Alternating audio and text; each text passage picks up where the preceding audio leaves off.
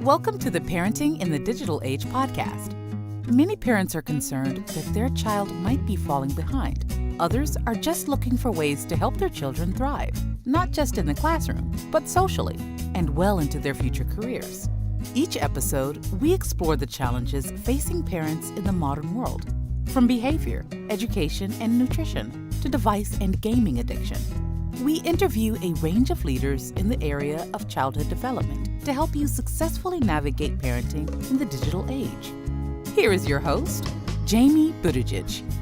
Hello parents, and welcome to another episode of Parenting in the Digital Age, the podcast where we delve into the unique challenges and opportunities of raising children in today's fast-paced, tech-driven world.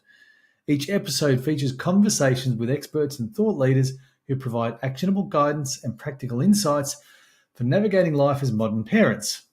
Today I'm pleased to have Sharna Dawson with us, a seasoned PDHPE teacher, careers advisor, and the founder of the innovative Edge workshops. With over 2 decades of experience in the education sector, Sharna brings a wealth of knowledge about guiding teens and their parents through the complex terrain of career choices and workforce navigation. As a mother of 2 teens and an advocate for equal employment opportunities, she's perfectly positioned to discuss our role as parents in supporting our children's unique career paths.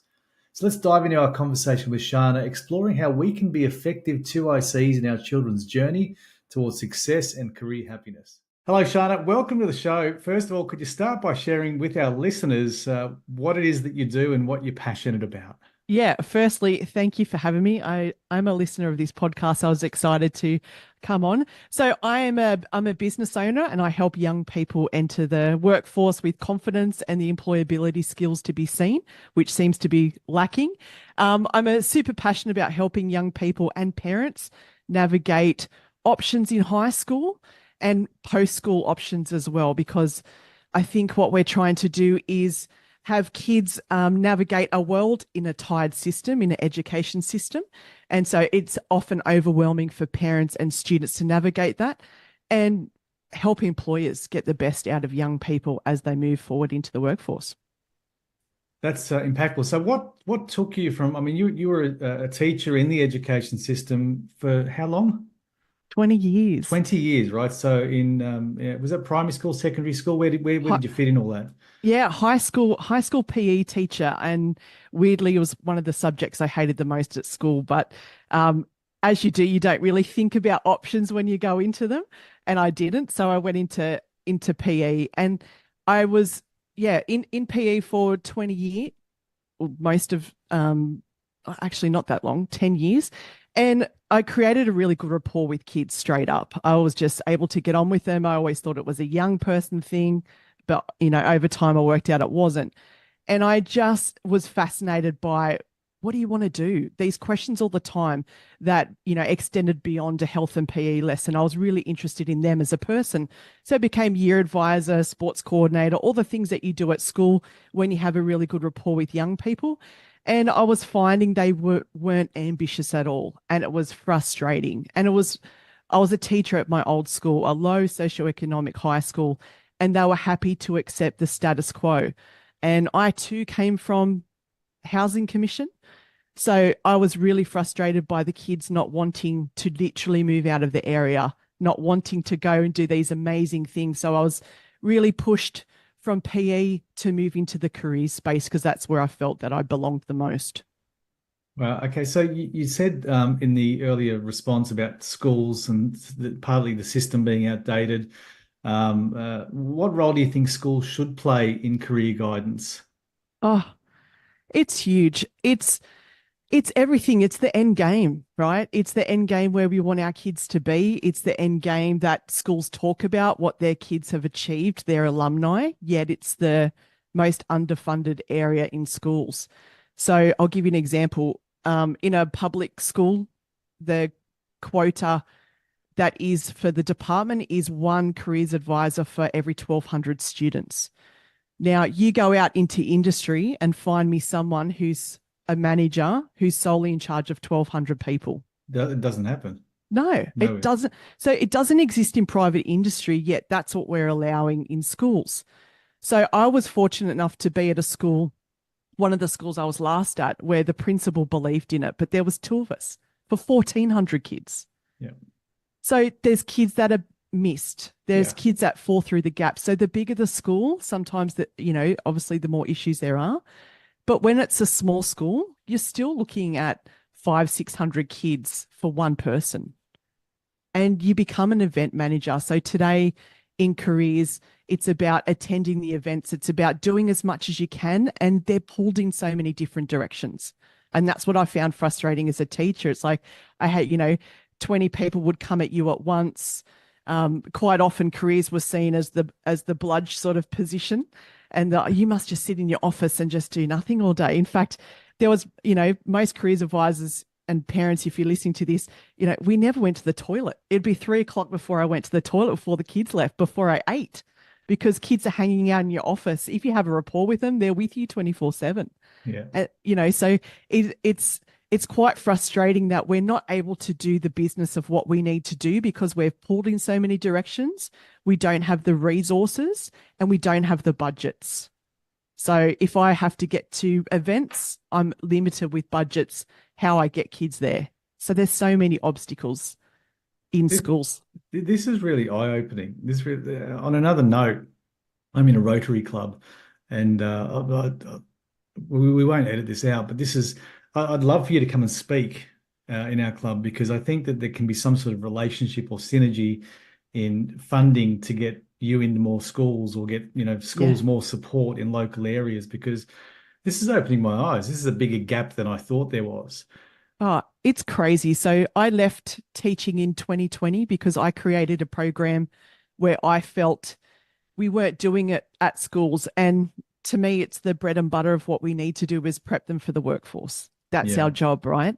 And give them opportunities, because, a lot of schools focus on results and kids going to uni, where quite often a small percentage of them do. And we just found recently in the news that each year the uni, enrollments are dropping every year. So kids are going to the workforce, but what are we doing to prep them? And when you've got 1,400 kids, that's a really difficult task. And a lot of this comes down to what happens at home as well. Yep. So parents are time poor. And this is a frustrating part. Parents are time poor. They're potentially working 2 jobs to get people across the line, to get their families fed. They don't have time, or they're not sitting at the dinner table and saying these common sense conversations. So when I created this niche, because employers will say to me, how is your business like? How is this operating? This is common sense, but it's not, because we're not doing it anymore. We're not having the conversations of going, that's not appropriate to wear to a job interview. So I was having employers calling me up going, kids are burning bridges. They're not meeting the standards. They're turning up poorly presented. And I can bang on as a teacher all I want about it in theory. But when I'm having that conversation with 1,400 kids, it's Groundhog Day, right? So kids stop listening to teachers, even though we're well-intentioned, we're white noise, and they stop listening to parents. Yeah. Because we have the best intentions, but they don't care what we say. My kids don't listen. So 100%. And you can go say the same thing 30 times in the morning, and then some random stranger might be at McDonald's, might say something to your kids, and they'll come home and go, guess what I learned? And you want to kill them.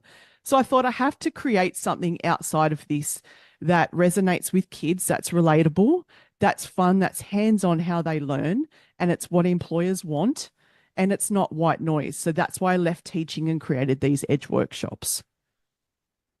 That's impactful, and there's so many directions my head is going at the minute. But let's start with the role of parents in helping their kids, or the role of parents in working with careers advisors, or the role of parents working with you. How do you see parents in this whole thing? This is my new mission. Across the state with our workshops we went, and there's a lot of unhappy kids. There's a lot of unhappy kids because I said, who feels they can go into what they want to do? And probably about 5 kids out of 50 would put their hand up. And I say to the other kids, why can't you go pursue what you want to do? And they said, because my parents want me to do something different to what I want to do. And we explore that and we talk about why. And it's usually because parents are hanging on to old ideals. So they're stuck in a system where you and I went to school and our options were limited, and they still think that's the same. Parents don't engage with schools in high schools because it's not cool, right? Yeah. Because it looks really bad. We knew the ins and outs of primary school. You knew what teachers were doing day to day. You were at the gate. You knew you were talking to other parents. That does not exist because kids are like, do not come into the school. You are shameful. Drop me off at the gate. I don't want to know. And we really don't engage in high schools anymore. So you see the parents at year 7, they drop them off and you can see them hanging around. Then after a while, a couple of weeks later, that dissipates. And then because schools don't function well in high school talking to parents, they might put out a newsletter, but parents, they wouldn't know who's reading that or not. Yeah. And schools, when you call, like, you've got so many kids, you've got, 6 classes a day, you've got, between 120 kids that you're seeing per day. So it's not that one concentrated audience anymore, where I used to look after 30 kids and that's it. Now I'm talking to 1,400 kids or 500 kids. So those odds of those parents engaging in my Facebook group, as a careers advisor, I had separate pages. So it was really difficult for me to get parents involved in things. To get them to turn up to events was difficult because school events are boring. That's really interesting, actually. And so you recommend that, as a parent of a high school teen, that I should be introducing myself to a careers advisor. Is that an important thing for parents to do? Yeah, and I want to teach you how to do it properly. I want you to be the parent, not the parent that calls every 5 minutes, but I want you to be the parent that emails a careers advisor. If you have a child post year 9, 10, 11, 12, where we can help them and say, hey, I have a child in year 9, it's no rush. He's just really interested in X. They're just interested in, Sally's interested in zookeeping. So if something comes up, I'd love for you to be able to connect with them. Yeah. But copy your child's email in as well. Yeah. Or send your kid to go and meet them. So I want to give parents the tools to say, hey, this is how you contact them. But I want parents not to be the 2IC, to be the second in charge. I want the kids to drive it. Yeah. Which is not an easy thing to do. But go ahead. Sorry to jump in there. So I'll give you a practical example, right? So my daughter and I, she's now just finished year 10, but she was approaching the end of year 10, deciding on careers, or should I go to year 11 and 12? She didn't really love school, but she came first for mathematics in the grade, right? So she's got some intelligence there, right? And so we set about, with her agreement, that she did a careers assessment online. We paid for this service, and she did this, psych test effectively. Yes. Yep. It said, this is maybe what you haven't considered that might be great for you. And some really weird and wonderful jobs popped up there. And so I reached out to the careers advisor, and it might have been the year advisor, actually, from memory. And they sort of, if I say what I felt though that I was blown off. It's kind of like, we'll figure it out. And they're talking her into beauty school. So this year 10 student, now it's not even on her. It doesn't even come up on something she'd be passionate about. And she came up with an idea because a friend decided that's what she was doing. And so, kids are easily influenced. It's, I want to be like the cool kid in school or whatever's going on there. Yep. And the school are supportive of it. Now, I get the school wants to be supportive of that, but and this might be a numbers thing as well. I'm not knocking this careers advisor or year advisor specifically because I don't know the nuances of what's going on, how many students they had to deal with. But the same way I would challenge my daughter in a gentle, supportive way, I would expect the school just to push back a bit. Beauty school? Why? Tell me about that. I'm curious. 100%. Right. And so anyway, but we've got to at least try and make those connections as parents. Well, give me what's your advice? How would you set about making a connection as a parent with a year advisor in a constructive way? Yeah, I'd be definitely questioning that. So, the fact that teachers straight up should question, why do you want to copy your friend?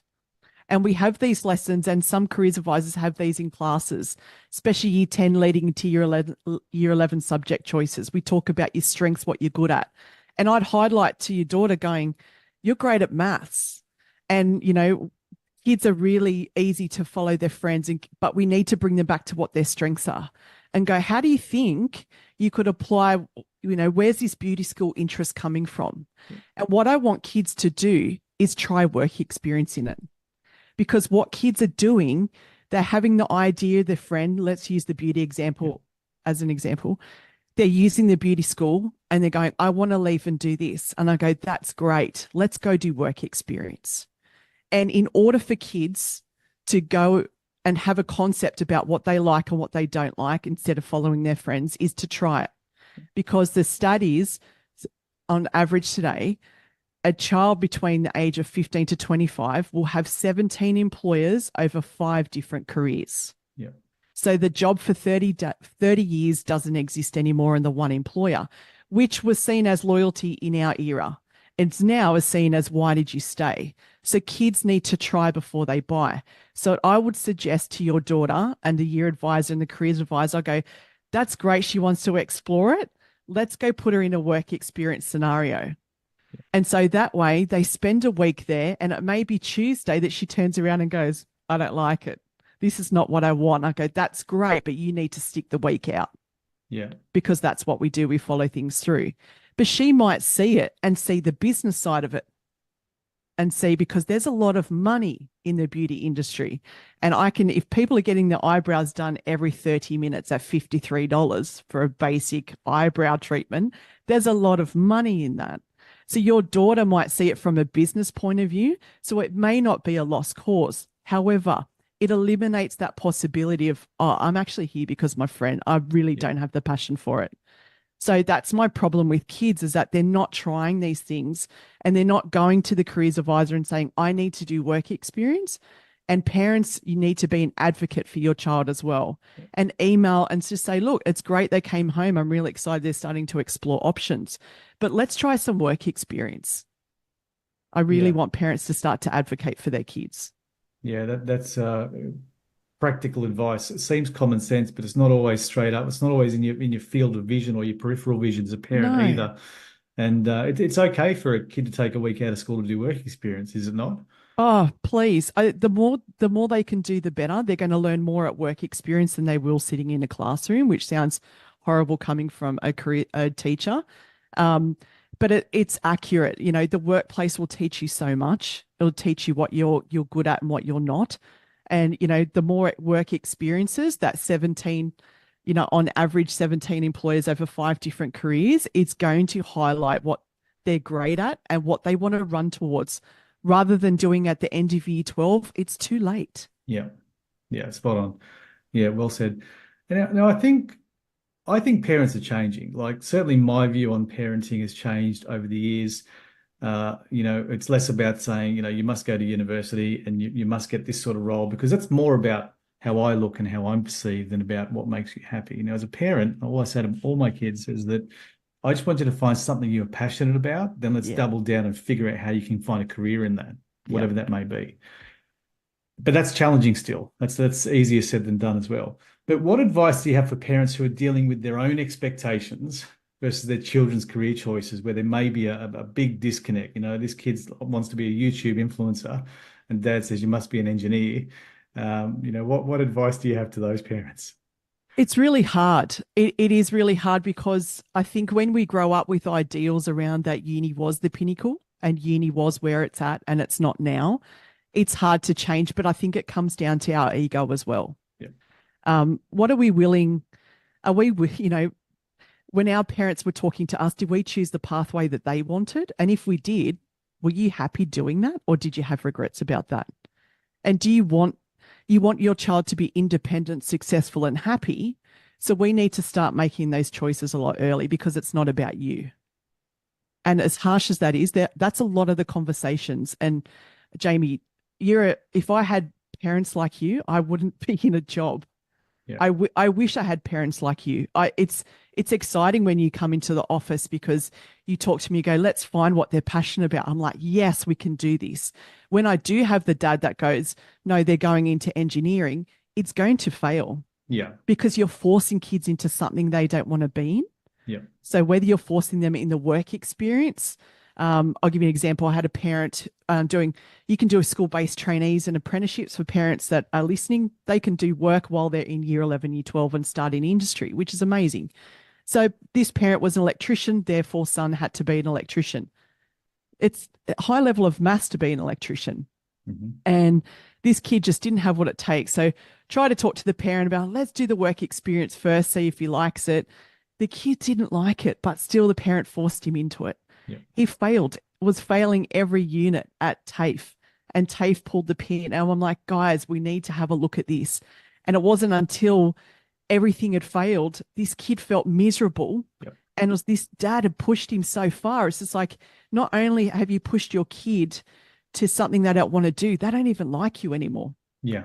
And they work together, which was even worse. So it's about protecting a relationship and stepping back, and it's not about you. Check your ego. Yeah, it is. And I think, parents need to just realize that they're going to have, as you said, 5 careers or whatever the stat is. Whatever they pick now isn't going to be forever. It might only be for 2 years. If it's anything like some of my kids, it's going to be 6 months, right? So let's let them fail, because that failure is knowledge. That failure is learning. Yeah. And in doing that, perhaps they're just on a journey to figure out what it's about. And sometimes we have this expectation. I mean, I was married with a house at 21. My kid would be lucky to be anywhere near that by the time he's 40. That's right. It's just it's a different world we're in now. And so I think we need to adjust our expectations slightly. But also kids need to come to the table and also get a little bit more serious about things as well, in my view. Yeah. And when you're talking about reality, and like when you're talking about the YouTuber, every kid wants to be an influencer and be on YouTube, but they don't understand what it takes, right? Yeah. Even to content create, they've got no concept of that. So when they're talking about, I want to be a streamer, get them to start early, because failure is everything. Yeah. And if they suck at it, that's amazing. I want them to suck at stuff. And you had a great guy on, Jeff Nelligan, talking about resilient kids. And it builds that resilience to go, okay, I tried that when I was 10 and I wasn't great at it. I might have liked the editing part of it. So therefore I found a strength out of it. So even we want them to fail, they may find something good out of it. Even these work experiences, I hated electrical work, but what I did like is when someone else come on and did on the site, and I loved the surveyor. Yeah. That'll look really cool. Let me go try that. So it's only through failing and having a go at things earlier rather than later that we find our kids are more prepared for the workforce. Yeah, that's brilliant. And those jobs give you skills. Like, when you say finding something good out of it, working in a retail job that you sucked at gave you empathy, maybe help you build social skills and EQ. Like there are so many benefits. Like there's no failure. It's only learning. It's certainly in my view.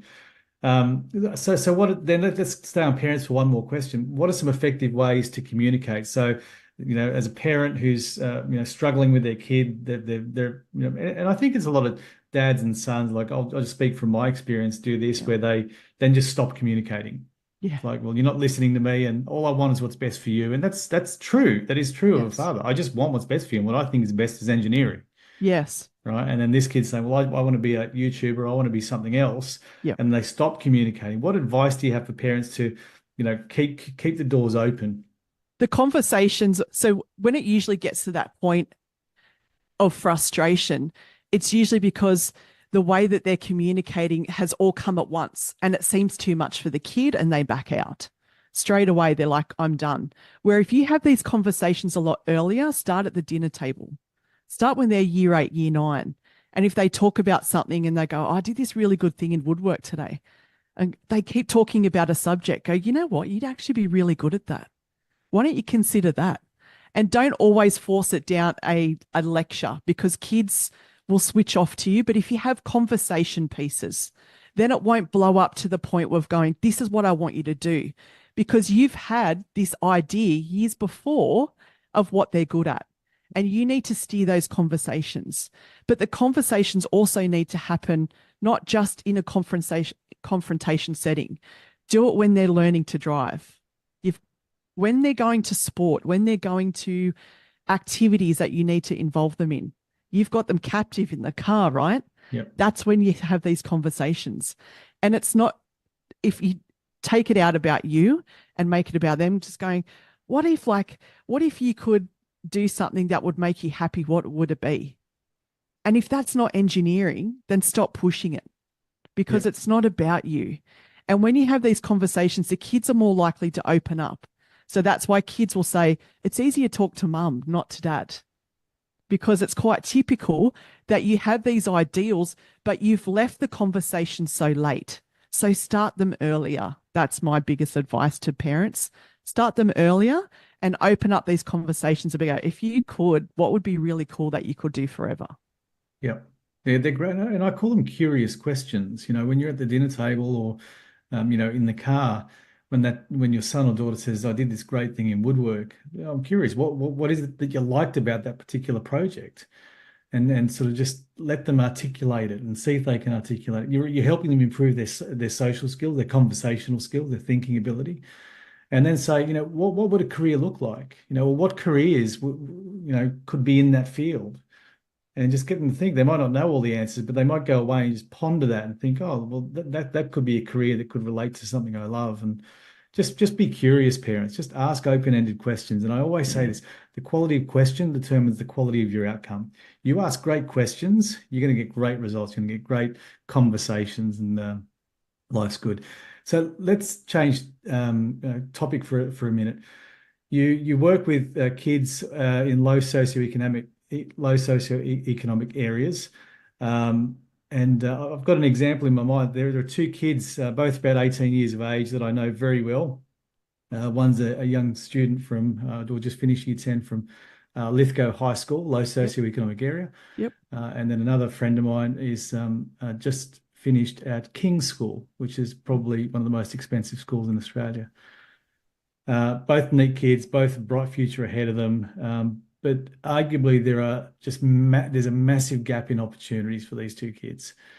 So I don't know, what advice do you have for maybe kids in that low socioeconomic or even that middle tier who maybe don't have access to those resources or those social circles or whatever? Because, this one kid from Lithgow sort of saying, yeah, look, I'm going to go into metalworking, I like it. And that could be the best career choice he ever made. I don't know. But this other kid in Kings is working in an investment broking firm. He's passionate about that too. It's something he wanted to do and that he likes. But you can see there's a massive gap in opportunity here. So what advice do you have to these kids in low socioeconomic to help them level the playing field perhaps, or to get access to resources or access to jobs that may not otherwise be on the table for these kids? This is exactly why I created the workshops I did, because it's not an even playing field. I wanted the same information for a low socioeconomic student like Lithgow High as the same connections that they would in Kings. So I have a lot of employers come to our workshops, and employers will say, it doesn't matter. We don't care where you come from. We don't care. But it comes down to networks. Of course it does. I want these kids to start early.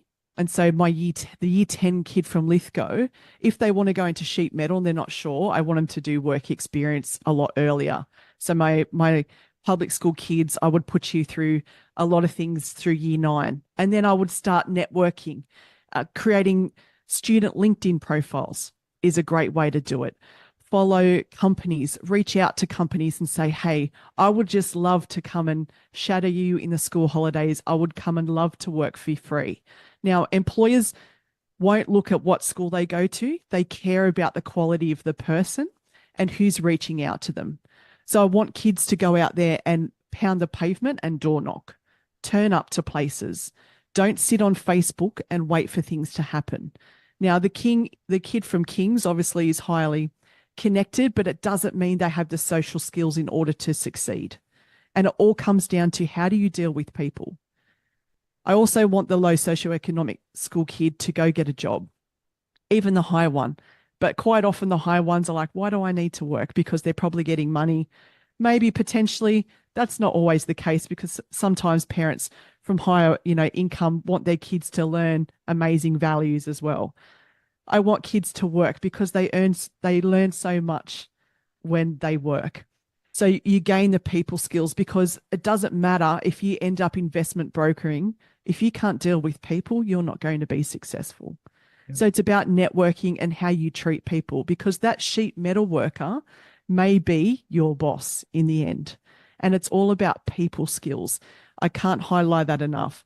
Help out at home, because if an employer finds out, for example, if you go get a casual job and they'll say, what do you do at home? And the kid does nothing at home. The employer will say to me, they can't even use a broom. Yep. I don't want them. They can't use a step ladder. Do stuff at home. Get a casual job. Network like crazy. And when you're at the break table, don't be on your phone. Talk to people. Find out what their weekend was like. Pay them out find out what football team they like. And if they lost, have banter about it, because it's about relationships. Because when you move places, people will remember how you treated them at that workplace. And they go, I remember that kid. He wanted to know everything. Ask questions. Ask how they started. Stay behind. Can I help you?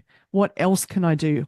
All of these things will help you move up the ladder. And it's not about where you come from. It's about what type of worker you are and what type of person you are, and how did you treat me while you were at the workforce, no matter what your position was. Some of that's a bit easier said than done, isn't it? Like, Yeah. saying to kid or expect, like, my 19-year-old son's not going to come and do things around the house because he's more focused on sitting upstairs on a gaming console. It's like picking up a broom. Like, you've got to damn near force him to, unplug the electricity in the house for him to, come and do something and be contributive. So Yeah. I want parents to do that. And this is the problem, right? I have parents who will when you're early, you're allowing things to happen in your household. So you're allowing to have devices in a room, which is crazy to me, because so many parents that come in, and I'm only speaking from experience, and my 16-year-old is a gamer and hates me for it. I don't allow him to have his computer in his room. We have a separate room that he's in, and I stop him. He's just finished year 10 and he's just started a full-time job in the construction industry. They need sleep. Yeah. He needs sleep. And he had to get a job at McDonald's. And I said to him, if you don't do stuff at home, they're not going to want you, because I know the manager. The managers come into my workshop and they talk about what type of kids they take. And my son got the job at McDonald's and came home, and he said 3 weeks into it, and he said, I'm going to tell you this, but I'm so glad you've made me do stuff at home, because there's kids at Macca's that can't empty bins. Yeah. There's kids that can't do that. And I have parents who go, they're still gaming at 2, 3 in the morning. It's just like, why are you allowing that computer in the room? So there's so many things that you can do as a parent. And if you have to shut off the Wi-Fi, shut off the Wi-Fi. Yeah. Do you know what I mean? Like, there's things that you need to do that help them, because they have to have all these employability skills. Because I would rather take a kid in year 10 who's keen and willing, rather than a year 12, 19, 20-year-old that hasn't contributed and not doing anything. Yeah. Yeah. So let's talk about those skills then. What in your experience, you work with a lot of employers, what are the top skills or behaviors that these employers are looking for? So this will help parents prepare their kids, right? Yeah, 100%.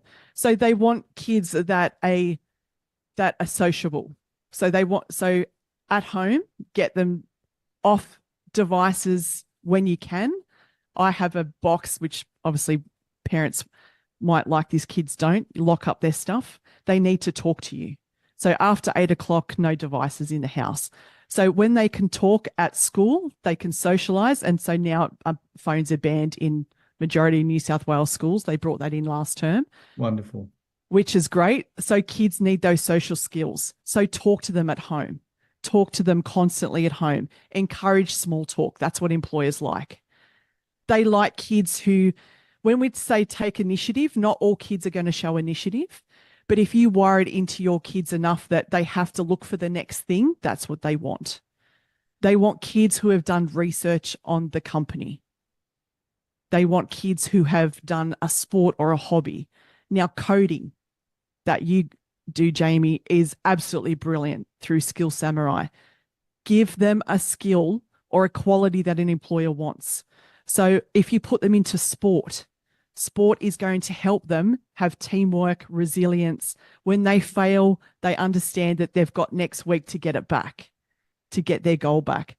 So put them into a hobby or something that's going to make them employable or make them happy, because therefore they get social skills. Yeah. So you're improving all aspects for them.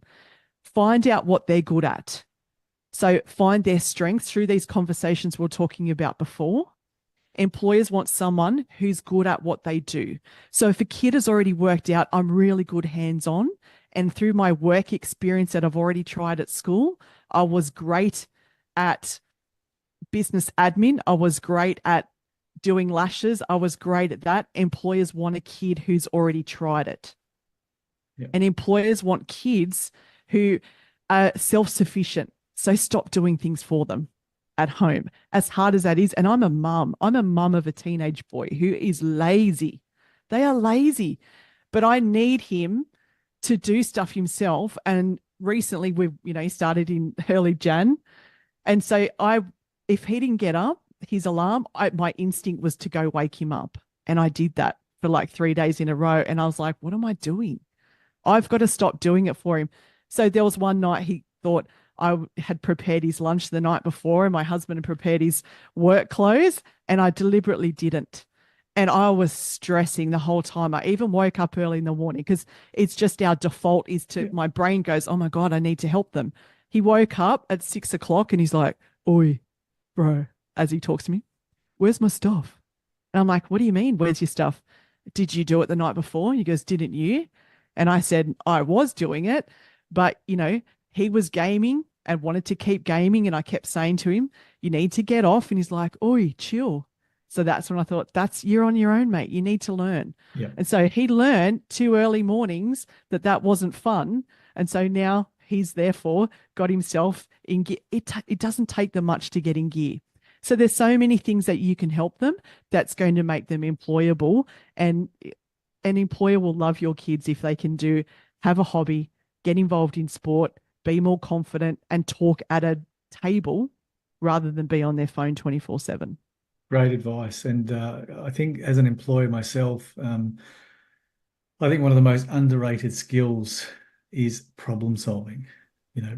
Being able to figure stuff out is one of the biggest things that employees are looking for over the next decade, because those kids that can solve problems are the innovators. They're the guys that are going to create stuff, build stuff, solve organizational challenges, solve governmental challenges.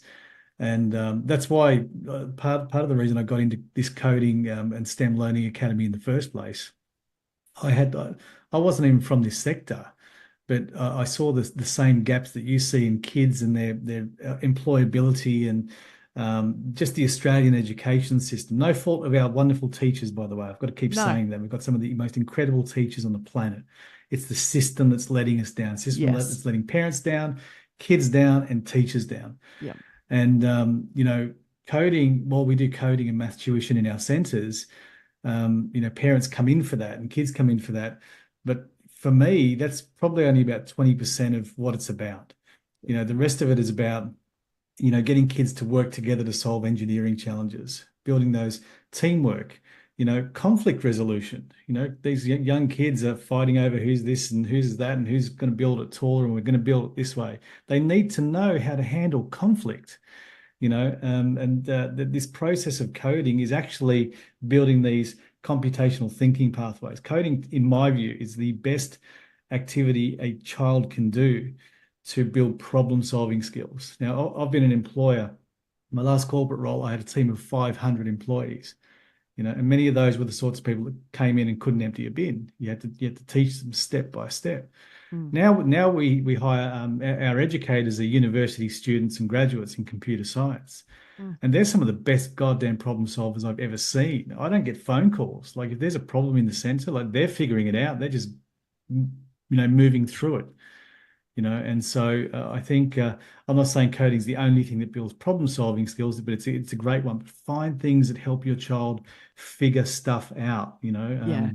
The We early, yeah, look, from a parent point of view and a teacher point of view, the earlier you put them in STEM Yeah. to get their brain thinking, because as sad as it is, our school system, like you said, is old. It's still what we were going to. We're listening to bells. We're waiting for, we're sitting in classrooms. We're bored. And it's got nothing to do with the teachers. The teachers are trying their best. These teachers are burnt out Yeah. because you've got so many different kids that are watching, that have attention, a short attention span, because what they're watching is 15 seconds. Is 15. How long do you sit on a video for? I don't sit on a video for long. If you have a look at the analytics on your video, sometimes people are only tuning in for 3 seconds because they're constantly, so they're taking that brain into education and they're expected to sit there for 50 minutes for somebody potentially who's burnt out and they're given up. Yeah. Because the system's not supporting them. So the earlier you put your kids into STEM to get them to think laterally is going to benefit your kids so much. In fact, that's how my son got his job, through a STEM academy, because he is an outside the box thinker. School wasn't working for him, super bright.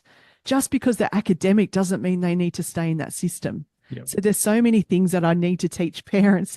They want to go, wake up, guys. There's so many different things to do things and advance your child, and it may not be the school system, and coding and getting into STEM is one of those things. Yeah, and a lot of the stats are scary at the minute. Something like 40% of kids are disengaged at the minute in schools, and that's for a couple of different reasons, right? So there are some kids at one end of the spectrum that are disengaged because the pace of the class is too fast for them. They learn differently. They're not keeping up. It's not necessarily, as you said, because they're not bright. It's just that they learn differently.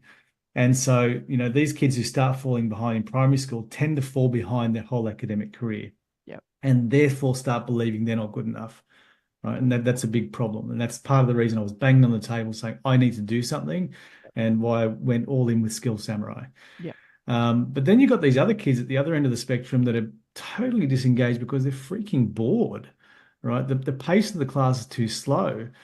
And some parents kind of go, "Oh, my kid's bright, and this is a win." But you've got to find activities, whether it's after school or Saturday mornings, or I don't know what it is, but you've got to find other activities that stimulate them. Otherwise, we're almost dumbing these kids down to a degree because of our school system. Now, and I have this interesting conversation with parents. They talk about, they walk into our academy and they say, "Oh, is your curriculum standards aligned to the education system?" I'm going, why do you want that? The whole curriculum is designed to get a massive population. It's designed by government, firstly, to get a population to a minimum standard. So you want to bring your kid to us and pay us to get your kid to a minimum standard? Like we're up here. Yep. Like we're playing up here. This is where our curriculum is designed to push people outside the envelope. It's tailored learning. Each kid comes in. We're not teaching the same lesson to 35 kids. That's the problem, right? Because schools are one size fits all. And as parents, we think the schools are doing the best, has their best interests at heart. And majority of the time they do. But the system that they produce out, I go into year 12 classes, Jamie, and you go talk to these kids, they are dead inside. Yeah. The education system has killed them. And if you have a bright kid and they're not engaged, they will find something that excites them. And for guys, I'm not crapping on gaming, but it is exciting. Yeah. I don't know if you've sat down with your kids and watched it, but my son plays COD, of all things I hate, and didn't let him play till he was older. And he sits there, but they're not antisocial. They are chatting to people across the world. They are, interactive. The graphics are incredible. So you're having these guys that are engaged completely on these systems, and then going into an education system, watching a teacher write on a board. How boring. There's so many different ways to learn. There are a tremendous amount of ways. And for those parents listening, COD isn't a fish. It's Call of Duty. It's a game. And for those other parents, sorry, I should have said STEM: science, tech, engineering, and maths. If you miss that acronym earlier, it's science, tech, engineering, and maths. So it's the combination or the integration of those subject areas is what we're talking about on the show. In your courses and your workshops, you talk a lot about parents acting as two ICs to their Mm. children's career pathways. What does that mean? Stop taking over. Look, we took over when they were in primary school, and that was fine because we needed to be because, we're their parent and they're only young. But when it comes to career choices and high schools, I want you to be their 2IC, their second in command, because as a 2IC, you're there to prop up the main person. You're there to help influence the decisions, but at the end of the day, they've got the ultimate decision. So don't go into or go into subject selection and change their subjects. I've had teachers come and do it on their own kids. No, this is what they're going to do. We're not going to do that. It's going to backfire. We've learnt that kids, we want them to be happy. So they need to choose what they want to do, but we need to be in the background and we need to go, hey, what I want you to do is potentially have a look at this for work experience. Here's an email you could potentially write to your teacher. We're in their ear constantly. We're helping them, but we're not making decisions for them. So we're engaging in the background, what's happening in the school, but then we're having conversations in the car. Hey, did you know that someone went to the Navy base last year? Did you know that that might be coming up for your year 10? Maybe you should ask about that. You got to plant the seeds. You've got to be the 2IC. Get them to do stuff at home. Get them to be better people. Stop doing things for them. Find them a hobby. All these type of things that you can do and be in the background. And that's what I want parents to do, is to work with teachers that are burnout to go, hey, I'm here, happy to support, but I want my child to do the majority of it. You'll see them, but you won't see me. And I think another great thing that parents can encourage their kids to do, and I have a tough time at this, if I'm being honest, is contribution. Getting out into the community and serving those in the community that are, challenged in some way, shape, or form. We went out on Christmas morning to the hospital and with a group of people and gave out little gifts to people who were in hospital on Christmas Day who didn't deserve to be there or, shouldn't have been there, right? Or didn't have families visiting them. I'm not saying that to impress anyone. I'm saying that while it's hard to get my kids doing that, we're at least trying to lead by example so that one day they can grow up to become those sorts of people that contribute to society and that are they're passionate about something. I said this earlier. All I want is my kids to be happy and passionate about something, and just figure out a way to turn that into a career, and you'll have a great life. Yeah. Because so many kids and so many adults and parents, you can see them even walking into learning center. They're miserable. They're in a career that their parents chose for them, not a career that they chose for them. You can change. There's plenty of time to change. So let's come back to maybe digital age for a minute. What's your perspective on how career paths have changed in the digital age, and what does this mean for the future career opportunities? Look, I don't see it as a negative thing. I think it's amazing. Like, so many people on this point go, look, AI is taking everything. It's scary. No, it's not. I think it's amazing. And I think because it's emerging and it's something that's new now, it's something to jump on board of. So I want your kids, and I say in my workshops, who here knows about AI? Who here can work AI? And kids know about it, but they don't action it. They're great on Snapchat. They're great on Instagram, and TikTok, but that's not what really employers want. AI is where it's at for employers at the moment. They want people who can manage emails. They want them to, there's amazing things that you can do. And I want kids to be on top of that. And they can do it from their phone. They can do it instead of sitting there and just literally doom scrolling. They could hop online and go, how do I, what's Agent GPT? Now, this is a new thing that I've been hopping on, and it's incredible. And I said to a work experience student that was going for a business, and I said, what if you could, manage a campaign for them? They're like, dude, I'm 15. How would I do that? And I said, look at this. Now, there's a website called Agent GPT, and it literally acts as a business agent, a publicist, can run a campaign, can write emails, and you can ask it to suggest things, and it comes up with all these different options. So it might be that your child is going to a work experience place that is a charity. and they're struggling to get people on board. Your child could literally go to this agent GPT and say, imagine you're a charity of a local, clothing pool. Who could I write to, and or what could I write as a campaign to get people on board? Bang, and it comes up with all these suggestions. So kids don't need to reinvent the wheel. They just need to adopt AI and get on board, because there's really cool things that it is changing the workforce, but employers don't have the time to sort of sit down and do it at the moment. But if kids are taking this on board themselves, combining it with coding and STEM practices, it's an employer dream. Yeah. Yep. So you reckon kids should get their resume and run it through ChatGPT and improve their resume? Oh, see, I've got an online resume course. So I'm going to say no to that, because the ChatGPT versions of the resumes, I've had kids come to me as coaching and they're like, I've got a resume. I go, that's cool. Who wrote it? And if it's parents, I want to cringe. So parents, stop writing their resumes. And two, if it's ChatGPT, I go, send it to me. I actually want to see it. They're presenting these resumes to an employer. They're getting an interview. I'll give them that. They might get an interview, but when they open their mouth, they sound like a 16 and 17-year-old. And employers sniff them out. The recruiters know straight away. Before ChatGPT, they were scanning them for word. So you actually have to match up the words on Seek. They put them through profiles, and it pulls up keywords to see if you've actually read, if you haven't copy and pasted.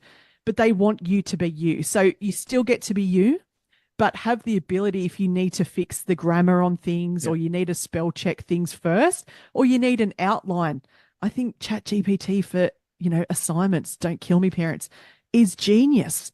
Like, if kids need a good start, hop on there. This is a great outline, but kids are smart enough now not to copy it because they get busted. It's one of those things to go, here's a great outline as a parent, and go, let's structure it around this. Don't be scared of it. Embrace it. Yeah. And really when working with AI like ChatGPT, it's your output is only as good as your prompt. And that's why I think kids should work with it, because it helps kids articulate problems. And in the workforce, that's exactly what you need to do, how to articulate a problem, how to articulate a solution to that problem. And AI can actually help our kids do that. So very, very good. Now, we need to wrap up soon. So let's go to, tell us a bit about your EDGE workshops, your career coaching initiatives online. How can parents get in touch with you? How can they work with you? How can kids work with you? What does that look like? Yeah, so sharnadawson.com is where you'll find me. I have free resources there. So, for example, what we just talked about, how to make your teen employable, is one of the downloads I've got on there. I'm going to run a parent program soon. That's going to be literally about lives, about how to be their 2IC, and I'm going to give them everything, email templates, everything that comes up, all the taster courses, how to navigate subject selection, all the acronyms, so you don't have to go to boring meetings, because trust me, they're boring for teachers as well.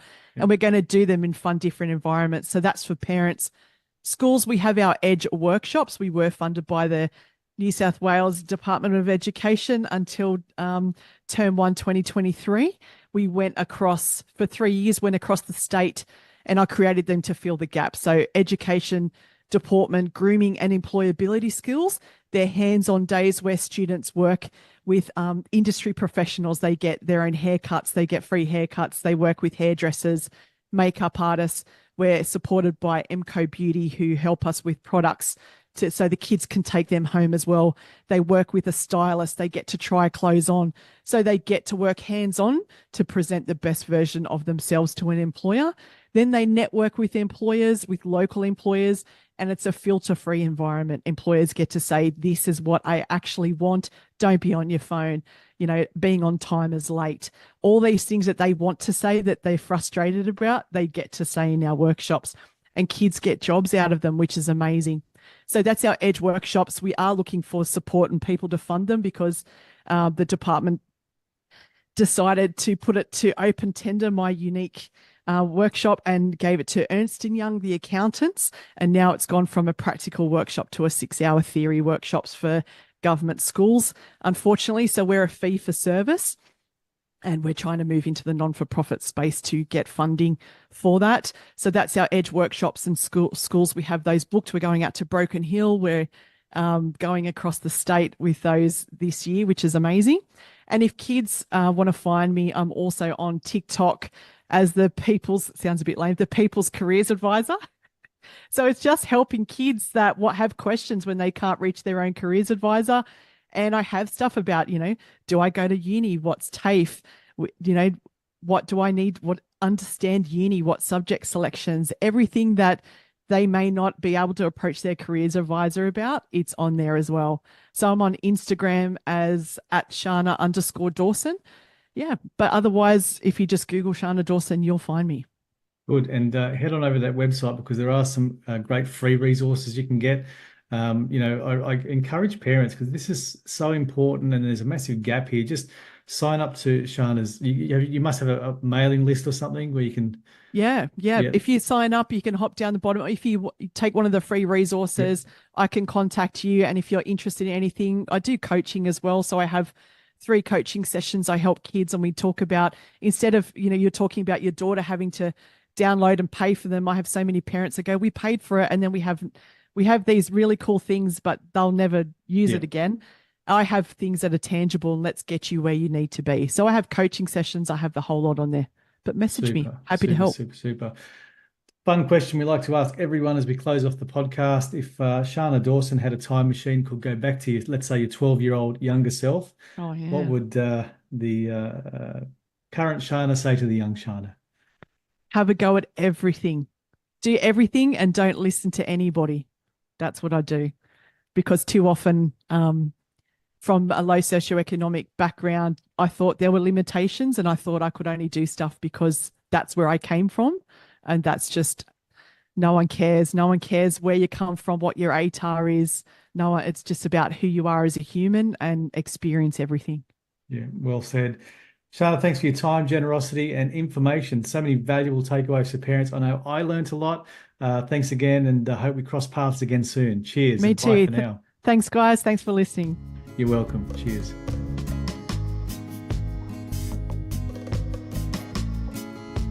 If you enjoyed the show, please connect with Jamie on LinkedIn or Instagram. You'll find links in the podcast description. Parenting in the Digital Age is sponsored by Skill Samurai, Coding and STEM Academy for Kids. Skill Samurai offers after-school coding classes and holiday programs to help kids thrive academically and socially while preparing them for the careers of the future. Visit skillsamurai.com.au.